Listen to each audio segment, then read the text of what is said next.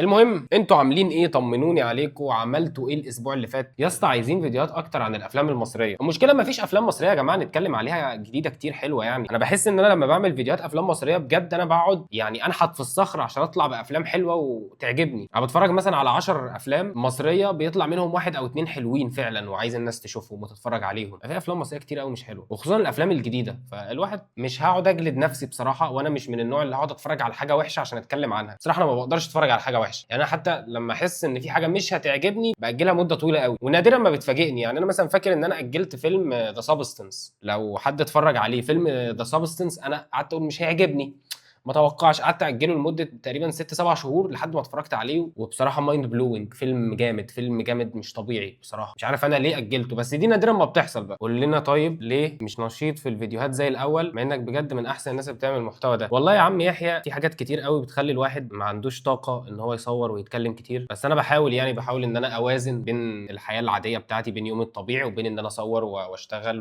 واعمل شويه فيديوهات. اول ما قلت لكم ان انا هطلع ستريم بشكل يومي، بشكل شبه يومي، تاني يوم على طول جالي الفيروس اللي هو منتشر حاليا. ما كنتش مصدق طبعا، قعدت اقول لاصحابي لا مفيش الكلام ده، مفيش حاجه، لحد ما بلعت واحد على طول وقعدت في البيت، قعدت على السرير مش بعمل اي حاجه غير ان انا بلعب وبنام، بلعب وبنام بس. واخيرا لجأت للحلول الاولد سكول، قلت ان انا اشتغل على اليانسون والاعشاب. انا عندي فاينل الاسبوع الجاي. فاينل ايه ده؟ انت في كليه ايه؟ تقريبا مفيش امتحانات دلوقتي على ما اتوقع. يعني اصل انا بقالي بقى سنه ونص متخرج بقى، انت فاهم، فنسيت بقى امتحانات وطلاب. يا ايام بقى، ايام ما كنت طالب بقى، ايام ما كنت طالب جامعي. فيلم ذير ويل بي بلاد افضل فيلم في تاريخ السينما، مش للدرجه دي. هو فيلم جامد، واداء اداء السر ايه، نسيت اسمه يا جماعه، حد يكتب لي اسمه، اسمه السر ايه، حد يكتب لي اسمه، حد يكتب لي اول حرف من اسمه عشان بس نعمل اكتيفيشن للذاكره. اليكس فيرجسون. اليكس فيرجسون. تمشي تمشي. دانيال دي لويس. اداء السير اليكس فيرجسون في ذير ويل بي بلاد هو اللي خلى الفيلم كده يتحط مع الافلام العظيمه في السينما. برضو اجلت فيلم ذا بانشز اوف انيشيرن. الفيلم ده نزل مش عارف السنه اللي فاتت او كده، فانا اجلته، ما كنتش هتفرج عليه خالص، بس يعني كنت المفروض هسافر نورث ايرلاند، والفيلم اتصور في نورث ايرلاند، فقلت بقى ايه، بما ان انا مسافر وبتاع، فانا هتفرج على الفيلم واعيش بقى الاجواء عشان اروح هناك بقى واشوف اللوكيشنز وكده. بس الكون طبعا قال لك ايه، انت فاكرها سايبه ولا ايه؟ مفيش فيزا، الفيزا اترفضت، فاتفرجت على الفيلم على الفاضي.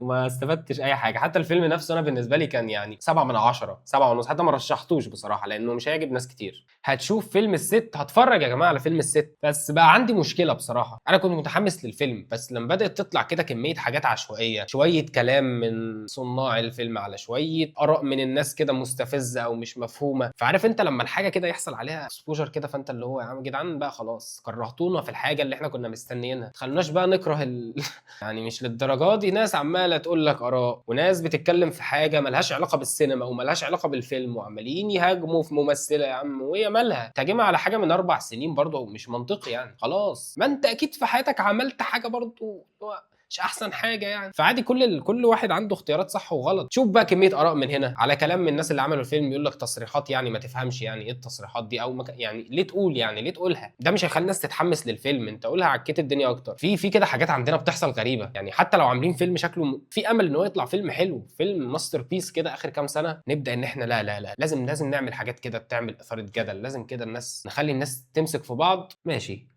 عايز اقول لكم ان انا الرياكشنز بتاعت وشي هي يا جماعه طبيعتها ان انا مثلا لو مبسوط قوي مش بيبان ان انا مبسوط والله. يعني ممكن افيك الانبساط واتبسط في اي مكان عادي وانا مش مبسوط، انما لو انا فعلا مبسوط فيبان عليا ان انت قرفان، ان انت مخنوق. لما قابلت محمود ابو اسماعيل اول مره في حياتي كده، حتى هو بعد ما سلمت عليه، وانا بحبه، وانا بتفرج عليه من زمان وبتاع، هو بالنسبه لي من افضل الناس اللي اتوجدوا على اليوتيوب بصراحه، يعني ممكن احطه توب 1 اصلا. فالمهم ان انا لما قابلته سلمت عليه وكده، فحتى هو مع الوقت بعد ما اتكلمنا وخلاص بقى بريك ذا ايس بقى، خلصنا المرحله دي اللي هو احنا بنكسر الكلام، فقعد يقول لي بس انت متضايق ليه؟ وانا مبسوط، ما كانش في اي حاجه مضايقاني. فقلت له انا مبسوط والله ان انا شفتك وكده، بس يعني انا وشي كده والله. اكيد ان هو حس بحاجه غريبه، بس اتمنى ان هو يبقى فاهم يعني. شفت سترينجر ثينجز يا علاء؟ يا جماعه سترينجر ثينجز ده انا كنت بتفرج عليه في اول ما نزل، اول سيزون كنت بحبه، تاني سيزون اتفرجت عليه ماشي تمام، لحد الموسم الرابع او الموسم الثالث لما بداوا يعملوا موضوع ان كل حلقه ساعه ونص. انا ساعتها يا جماعه انتوا كبرتوا الموضوع، القصه ما كانتش كل ده. ما عجبنيش الصراحه ان الحلقه بقت ساعه ونص. ليه يا عم؟ مفكر حالك جيم اوف ثرونز، مفكر حالك بريكنج باد، ليه ساعه ونص. الموضوع كان صعب قوي بصراحه، فبطلت اتفرج عليه. خصوصا برضو ان بقى في جاب بين كل موسم والتاني، محسسيني ان هم بينزلوا الملحمه الكبرى في التاريخ. يعني ليه كل 3 سنين ينزلوا لك موسم؟ الابطال شكلهم اتغير، مش عارف، ما بقتش عندي، ما بقتش حابب ان انا اكمله بصراحه. وخصوصا بقى كمان الموسم الجديد ده، عرفت ان هم منزلين 4 حلقات وهينزلوا 4 حلقات تانيين في اخر شهر 12 و4 حلقات تانيين في اول السنه. في ايه يا عم؟ في ايه يا عم؟ يا عم امال لو مش دافع فلوس ومشترك في نتفليكس هتعمل فيها ايه؟ هتخليني اروح ماشي اتفرج عليه؟ مش عارف بصراحه. يا ربنا يديني صبر الناس اللي بتتفرج على سترينجر ثينجز بجد. حاسس بريكنج باد الجزء الاول وفروم الجزء الاول اوفر ريتد. هو بص، بريكنج باد الجزء الاول مش اوفر ريتد، هي الناس فعلا شايفاه ان هو مش حلو. متهيألي كل الناس متجمعه على ان اول موسم من بريكنج باد كان ممل. بالعكس، قليل قوي اللي بيشوف اول موسم كان حلو زي انا بشوف اول موسم كان حلو بصراحه. اصل هيعمل لك ايه في اول موسم يا جماعه؟ والتر وايت هيعمل لك ايه في الشخصيه؟ هو الراجل مدرس كيمياء، فانت عايزه يعني في يوم وليله يتحول لاكبر تاجر مث ولا اكبر طباخ؟ ما اكيد مش هيحصل. لازم بالراحه يعني، لازم يبدا يوريك الاول وهو في المدرسه، يوريك عيلته. وطبعا عشان العالم كبير وعندنا شخصيات كتير فالموضوع خد وقت، بس جنى ثماره في الاخر. يعني لولا في بريكنج باد ان الموسم الاول كان بطيء، انا متاكد ان الناس ما كانتش هتحب المواسم الاخيره كده، ما كانتش هتعلق بالشخصيات كده. هل جالك قبل كده فقدان شغف للافلام والمسلسلات؟ يا عم ده ايه الايام اللي ما بيجيلكش فيها فقدان شغف للافلام والمسلسلات؟ يعني هو انا عشان بتفرج من وانا صغير ماشي، فدي بالنسبه لي حاجه جزء من يومي، او جزء من حياتي بشكل عام، جزء من تفكيري وارائي كلها ليها علاقه بالسينما. يعني وانا مثلا 15 سنه لحد دلوقتي اغلب الحاجات اللي انا بفكر فيها وكده السينما ليها تاثير. فبيجي لي وقت الصراحه مبقاش عايز اتفرج على حاجه، فبكسر ده، بحاول ان انا اعمل بقى حاجه تانية بحبها. هل ترى ان هوم الون افضل افلام راس السنه؟ هوم الون يمكن مش افضل افلام راس السنه، هو ممكن يكون افضل فيلم، ان هو بيديك الانطباع ان انت كانك عايش عايش الاحداث دي، عايش الفايبز دي. لو انت عايش بقى في دوله تانية مثلا مش في امريكا، او عايش في دوله عربيه، فانت عمرك ما هتعيش يعني الحاجات دي، فبتتفرج على هوم الون بتحس ان في كده ان انت معاهم، ان انت عشت الفتره دي معاهم. ودي حاجه الافلام ما بتعملهاش، ما تعرفش تعملها الا قليل قوي بصراحه، ان هي تحسسك ان انت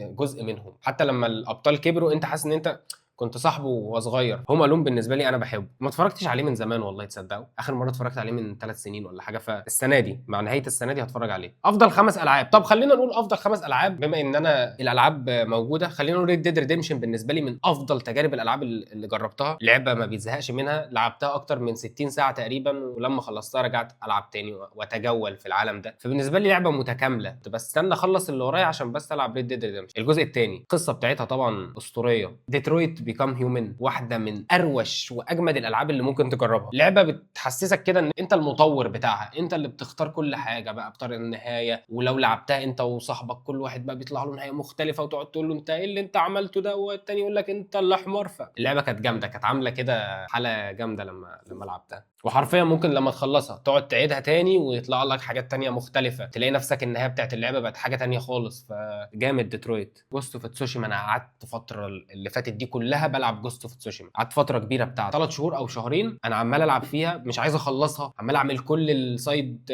كويستس اللي فيها، بروح اي مهمه موجوده. يا ريت تتكلم على مسلسل اللي بطلته بيتر كول سول. سمعت 3 حلقات وفصلت منه. بلوربس ازاي كده؟ طبيعي اول 3 حلقات ما تحسش ان في احداث كتير، لان دي طبيعه فينس جيليجان. يعني انت شفته في بريكنج باد قعد موسم كامل عقبال ما حسينا ان خلاص بقى بدات الاحداث والشخصيات وكله يكلاش مع بعضه. ففي بلوربس هيحصل كده. ولو ان بلوربس بصراحه يا جماعه انا هقول رايي، مش عارف ممكن بقى ناس كتير ما تتفقش معايا، بس انا مش حاسه هينجح خالص زي مسلسلات فينس جيليجان بريكنج باد او سول، لان بلوربس معتمد على وان مين كاركتر. المسلسل كله ما فيهوش شخصيات انت تحبها او تتعلق بيها غير كارل، اذا كنت هتتعلق بيها اصلا، لان هي برضه طالعه بدور شخصيه تعيسه وحزينه ومتشائمه ويعني كارهه اللي بيحصل حواليها في العالم ده. بس مفيش شخصيات تانية كده تحرك مشاعرك تاني، هي دي بس. لو كارل ما اثرتش عليك وانت ما اتعلقتش بيها فشكرا، انت مفيش اي شخصيه في المسلسل هتحبها، لان عدى 5 حلقات ومفيش غير كارل بس اللي موجوده. لان باقي الشخصيات كلهم فلات، يعني كلهم مفيش، مش فلات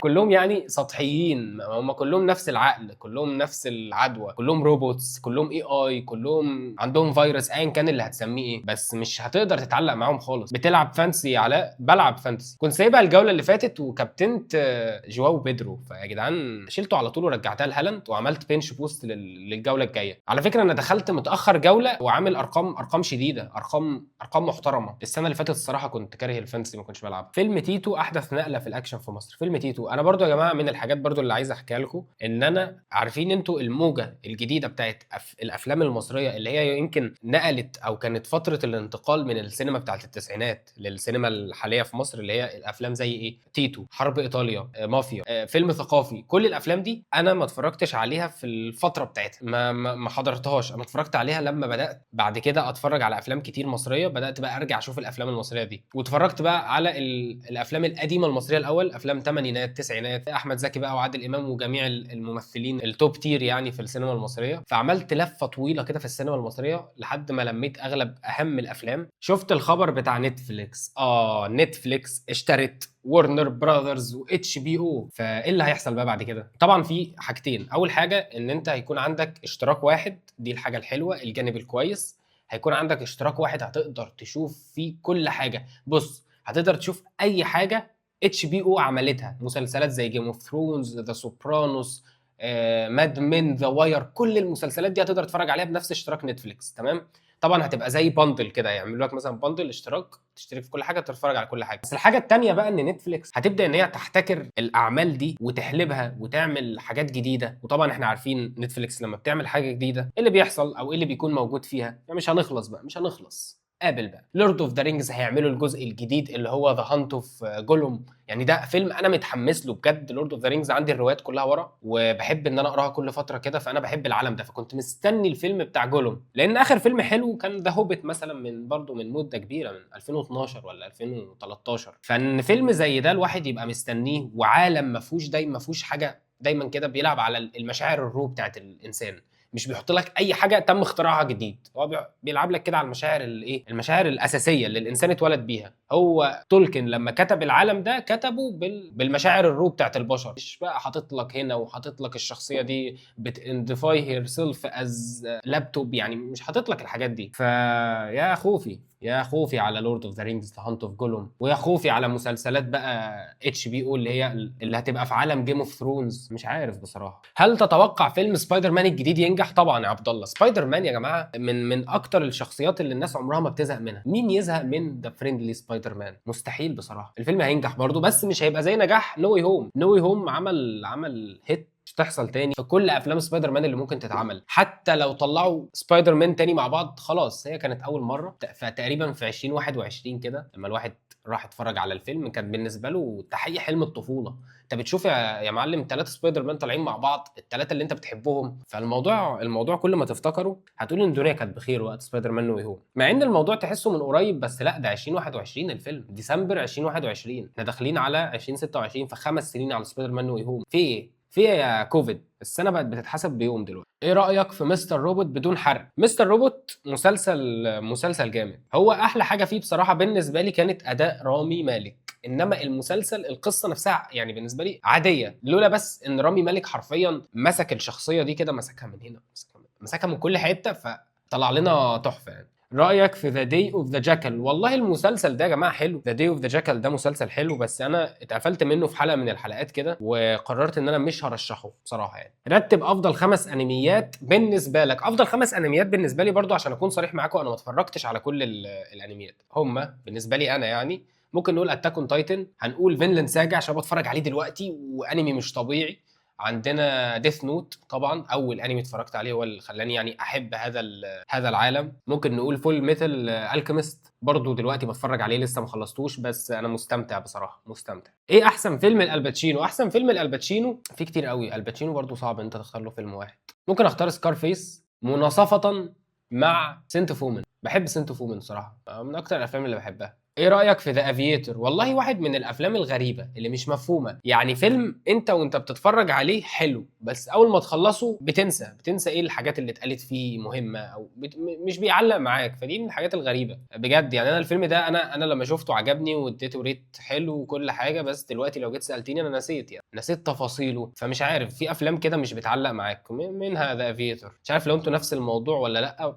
قول لينا افضل 5 افلام انيميشن بالنسبه لك. خلينا نقول افضل 5 افلام انيميشن بالنسبه لي. كوكو فيلم جامد، بحب برضه فيلم سول. وبالمناسبه الافلام القديمه انا ما اتفرجتش عليها الا من قريب، فما عشتش الفتره بتاعتها، ما اتفرجتش عليها وانا طفل، فدي فرقت كتير طبعا. يعني انا مش هقول لك في قائمه افضل افلام انيميشن مش هقول لك لاين كينج لان انا شفته وانا كبير، مش عايز الصراحه يعني اقول، بس لا هقول انا ما شفتش الفار الطباخ وانا صغير. راتاتولي ما شفتوش وانا صغير، ما اتفرجتش عليه، مش عارف ليه، ما تسالنيش أنا طفولتي كانت عامله ازاي، بس ما اتفرجتش عليه. لما شفته من قريب بصراحه فيلم لذيذ واتبسطت، بس بحسد الناس اللي اتفرجوا عليه بقى هم اطفال. كريمنال موفي بصراحه 7 جامد. 7 من الافلام اللي هي مش بس فيلم جريمه، هو فيلم فلسفي وفيلم بيخليك كده تغوص في عقل وتفكير يعني مش بس ان انت تروح تتفرج عليه عشان تشوف مين القاتل او تشوف البلوت تويست، لا الفيلم اعمق من كده. فدي حاجه بالنسبه لي بصراحه بتميز 7. بس ممكن يكون في افلام تانية بالنسبه لي اقوى منه، مش اقوى منه اللي هو فنيا وكده يعني، مش للدرجه دي، بس حبيتها اكتر. ايه رايك في ان موضوع ان نتفليكس اشترت اتش بي او ورنر براذرز، وشكل باتمان هيقع في حب روبن، باتمان هيقع في حب سوبرمان، اوبنهايمر من اتفه الافلام اللي شفتها في حياتي للدرجه دي؟ ليه بتقول كده؟ يعني ممكن تقول ان هو فيلم ممل، تمام، قريتها بصراحه سمعتها. ممكن تقول ان هو فيلم اوفر ريتد، قريتها برضه سمعتها. انما من اتفه يا راجل، ده بيتكلم عن القنبله الذريه. لو دي تفاهه بالنسبه لك فانت ايه بجد؟ بجد قول لي مين مخرجك المفضل محليا؟ والله محليا في مصر حاليا انا مفيش مخرج اللي هو كل ما بينزل فيلم انا لازم اروح اتفرج عليه، بس شفت كام فيلم حسيت ان المخرج ده انا هحب ان انا اتفرج على كل افلامه الفتره الجايه. يعني مثلا مخرج فيلم البحث عن منفذ للسيد رامبو، خالد منصور. انا لما شفت الفيلم ده عرفت ان الراجل ده كده لما يجي ينزل فيلم جاي هيبقى في حاجه تانية انا عايز اشوفها، عايز اسمع وجهات نظره في حاجات تانية، عايز اشوفه بيحكي قصص تانية. من المخرجين اللي انا متحمس بصراحه ان انا اشوف له افلام الفتره الجايه. توني شفت ذا يوجوال سسبكتس، سمعت كلامك وقلت كيف ما شفتوش العظمه دي من زمان. جماعه ذا يوجوال سسبكتس اعظم فيلم ستوري تيلينج، اعظم فيلم اداك نهايه جامده. وما تقوليش ان انت توقعت النهايه، تمام، لان انت غالبا هي اتحرقت لك، او غالبا شفت لها فيديو على انستجرام ولا على تيك توك كده وفهمت القصه هتروح فين. لكن انا فاكر لما اتفرجت عليه زمان اول مره شفته فيها، انا كنت كده اول مره فيلم يخليني بعد الكريدتس عامل كده، والله كنت قاعد عامل كده. فالفيلم ده بالنسبه لي 10 من 10 كده، نو ديسكشن. دراما ولا كوميدي؟ دراما بصراحه. انا بحب المسلسلات الدراميه والافلام نفس الكلام، لان انا الكوميديا بحس ان انا صعب قوي ان حاجه تقعد تخليني اتفرج اموت من الضحك، اللي هو اقعد كده اللي هو مش قادر هموت مثلا. حصلت في ذا اوفيس، مسلسل ذا اوفيس الصراحه كنت في حلقات يعني ببقى مش قادر، فعليا مش قادر. الحاجات الجديده اللي تضحكني ككوميديا قليله قوي. انا بحب مثلا افلام تيد التيدي بير ومارك ويلبرج. انا بحب فيلم تيد الجزء الاول والثاني، بيضحكني بصراحه. رحت اتفرج على المسلسل الجديد، مش عارف، ما حسيتش نفس الروح كده، حسيت ان في حاجه مختلفه بقى، في محاولات ان هي تضحكك بالعافيه، وانا ما بحبش كده. انا بحب الافيه يطلع كده، او النكته تطلع تلقائيه كده، مش لازم يتحضر لها ومش لازم تبدا تجهزها لي، لان انا لو توقعت ان انت بتجهز لحاجه تضحك مش هضحك خلاص. ايه رايك في بوليت ترين؟ او يا جماعه فيلم بوليت ترين ده برضو من الافلام الجديده اللي انا ما كنتش متوقع ان هو هيبقى حلو للدرجه دي. فيلم فيه كوميديا ضحكتني، في مشاهد سيكونسز من الاكشن، من امتع مشاهد الاكشن اللي تشوفها. فايت سينز بقى بجد، ايوه يا عم اتفرج على الفايت سينز اللي مصروف عليها والناس متعلمينها صح. انما عندنا برضو الواحد لما بيتفرج على فيلم يعني بيحس ان الابطال بيضربوا بعض سلو موشن، فالموضوع بيبقى صعب على القلب وعلى العقل ان هو يصدقه. بالعكس يعني انت انا بشوف خناقات في الشارع بتبقى اجمد من الخناقات اللي في افلام مصريه. مش قصدي يعني ان هم بقى ضايعين، بس انا فعلا بشوف خناقات في الشارع اجمد، بتبقى امتع الصراحه. ما الموقع الجغرافي السبب في ده؟ ممكن عشان انا بس انا هنقل قريب يعني عشان الوضع ما بقاش احسن حاجه صراحه. جاك نيكلسون شال فيلم ذا شاينينج. جماعه خلي بالكم فيلم ذا شاينينج اخراجيا حلو قوي، ركز كده الفيلم ده اتعمل في سنه كام، وشوف طريقه الاخراج، شوف الالوان، شوف الديكور، شوف كل حاجه، حرفيا القصه بتتحكى لك. وده راجل بعد ما اتفرجت على الفيلم دخلت ريسيرش بقى وافهم الفيلم اكتر واشوف حاجات فاتتني وكده، بتكتشف ان انت الصوره اللي هي مجرد صوره فريم في الفيلم مع المشاهد ومع احداث القصه بيبدا ان هو يتركب ويتظبط على تغير الشخصيه بتاعه جاك نيكلسون. فحاجه كانت انا قعدت اقول ايه ده، مين مريض في دماغه عمل حاجه حلوه كده يا اسطى. عايزك ترشح لي فيلم اجنبي اكشن جديد ويكون حلو. بصوا يا جماعه في فيلم السهره النهارده جايب لكم فيلم ده فيلم الاستريم، ترشيح الاستريم النهارده، فيلم مش طبيعي، لازم تتفرجوا عليه عشان هو واحد من اكتر الافلام اللي ما شفتش انسان بيتكلم عنه خالص. الفيلم 2016 ومحدش اتكلم عنه، انا شفته بالصدفه كده وشفت الريفيوز بتاعته فقلت اتفرج عليه، فبصراحه كان قرار 100% صح. الفيلم بيحكي عن جريمه عاديه بتحصل في قريه، والمميز ان الجريمه دي غير ان هي بتحصل بشكل همجي وبشكل بشع، مش كلهم بيموتوا، في ناس بتفضل عايشه بس مش بيتكلموا وعينيهم مش موجوده او عينيهم معكوسه، يعني هم مش شايفين حاجه ومش بيتكلموا، مفيش اي تفاعل بيحصل. والظابط اللي هو بطل القصه بتاعنا هو راجل مش ذكي، راجل بسيط خايف على عيلته، عنده بنت، فبيحاول ان هو يكتشف ايه اللي بيحصل، تبدا الاتهامات تروح لشخص ما، فبيبدا ان هو يبدا بقى في مسار الاحداث، والقصه بتاخدك رحله طويله مدتها ساعتين ونص. فيلم طويل الصراحه، طويل، بس بياخدك من مساله لمساله تانية لفكره تانية، وبيخش على الاديان، بيروح على فلسفه، بيطلع على شويه غموض، على رعب. بصراحه الفيلم فيه كل حاجه، فيه جميع انواع الجينرز اللي ممكن تتفرج عليها. ففيلم ذا ويلنج ارشح لكم فيلم ذا ويلنج، اتفرجوا عليه، ولكن هو ساعتين ونص، فلو انت بتدور على حاجه سريعه الفيلم ده مش ليك. طيب يا جماعة، الساعة 12 وصلنا إلى منتصف الليل، السندريلا بتنادينا والستريم بيخلص. هنهي الستريم لحد هنا. لو أنت بتتفرج عليا من تيك توك خش عندي على اليوتيوب، هتلاقيني بطلع ستريمات كل يوم. لو أنت بتتفرج عليا من على اليوتيوب فمش عارف ممكن تعمل إيه، خش عندي على الانستجرام اعمل لي فولو عشان بنزل هناك فيديوهات كتير. ولو أنت بتشوف أي فيديو من هنا على الانستجرام فما تنساش تخش على التيك توك تعمل لي فولو، تخش على اليوتيوب تشترك في القناة وتفعل الجرس. وبس يا جماعة، كنت مبسوط إن أنا معاكم في اللايف. مع السلامة.